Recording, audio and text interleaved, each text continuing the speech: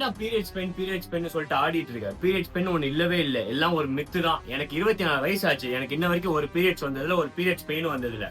நான் சும்மா ஊரே மாத்திட்டு சுத்திட்டு இருக்கியா? இந்த மாரிலாம் ஜோக்க தயவு செஞ்சு போட்றாதீங்க. உங்க ஒய்ஃபோ, உங்க கேர்ள் ஃபிரெண்டோ பீரியட்ஸ் இருக்கிறப்போ போட்டீங்கன்னா, உங்கள போட்டு பொளந்துருவாய்ங்க.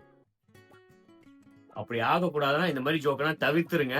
சேட்டெல்லாம் பண்ணவே பண்ணாதீங்க. அந்த 3 நாள் சாப்பிட வந்து என்ன கேட்டாலும் வாங்கி குடுங்க. நல்லா பார்த்துக்கங்க. சாப்பாடு தான் நம்மளோட சீக்ரெட் வெப்பனே. அதனால சாப்பிட என்ன கேட்டாலும் வாங்கி குடுங்க. சாப்புட்டும். அப்புறம் அவங்க எப்படி ஃபீல் பண்றாங்கிறத கேட்டுக்கோங்க. அவங்களுக்கு வந்து இந்த கிராம்ப்லாம் வர மாரி இருந்துச்சுன்னா, அந்த வாட்டர் பேக்குன்னு இருக்கும். அதுல வந்து ஹாட் வாட்டர் போட்டு அவங்கட்ட குடுங்க. இல்ல அவங்க வந்து காட்ஸில்லாவா மாறிட்டாங்க அப்படின்னு உங்களுக்கு 100% தெரிஞ்சிருச்சு அப்படின்னா, அவங்கள்ட்ட கேட்டுட்டு லோவர் பேக்ல வந்து மசாஜ்லாம் பண்ணி விடுங்க. முக்கியமான மேட்டர் சொல்ல மறந்துட்டேன் பாருங்க. இந்த periods mood swings, normal mood swings வேற, பீரியட்ஸ் மூட் ஸ்விங் வேற.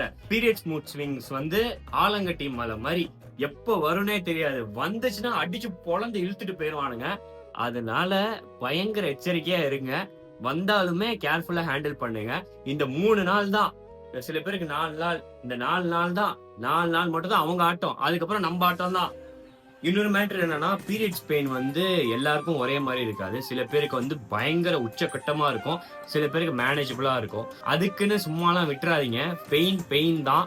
நமக்கு நார்மலா ஹெட்டேக், கோல்டு வந்தா எப்படி இருக்குமோ, அதோட வொர்ஸ்ட்டா இருக்கும் அவங்களுக்கு. ம். நல்லா பார்த்துக்கிட்டு சந்தோஷமா இருங்க. நல்லா நல்லா ஹேப்பியா வாழுங்க. பை.